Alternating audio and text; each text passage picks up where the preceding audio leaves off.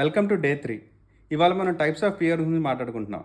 ఆస్ట్రేలియాలో ముఖ్యంగా 2 types of PRs ఉంటాయి.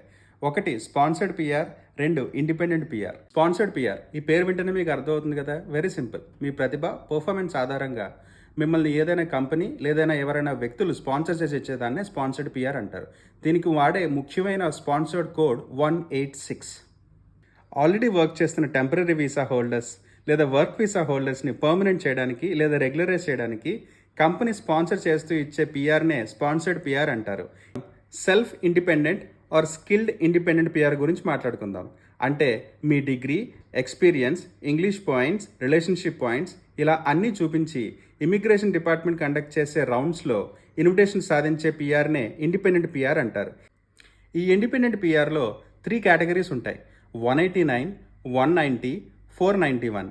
189 అంటే మీకు ఫెడరల్ డిపార్ట్మెంట్ ఇచ్చే వీసా. అంటే మీరు ఈ వీసాతో ఏ రాష్ట్రంలోనైనా అన్లిమిటెడ్గా వితౌట్ ఎనీ రెగ్యులారిటీస్ మీరు పనిచేసుకోవచ్చు. 190 అంటే స్టేట్ స్పాన్సర్డ్ పిఆర్.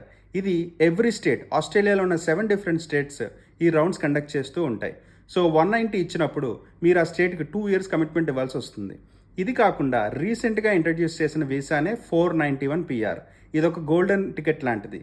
సో మీరు దీంతో చాలా ఈజీగా పిఆర్ సంపాదించవచ్చు. బట్ ఒక చిన్న క్లాజ్ ఉంది.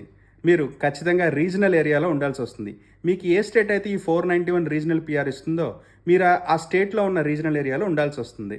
బట్ 189 లాంటి ఫెడరల్ డిపార్ట్మెంట్ పిఆర్ వచ్చినప్పుడు మీరు అన్లిమిటెడ్గా ఏ స్టేట్లోనైనా వితౌట్ ఎనీ రెగ్యులారిటీస్ ఉండొచ్చు. సో ఈ 3 డిఫరెంట్ పిఆర్స్కి పాయింట్స్ ఎలా క్యాలిక్యులేట్ చేసుకోవాలి అనే విషయం గురించి మనం డే 4లో మాట్లాడుకుందాం.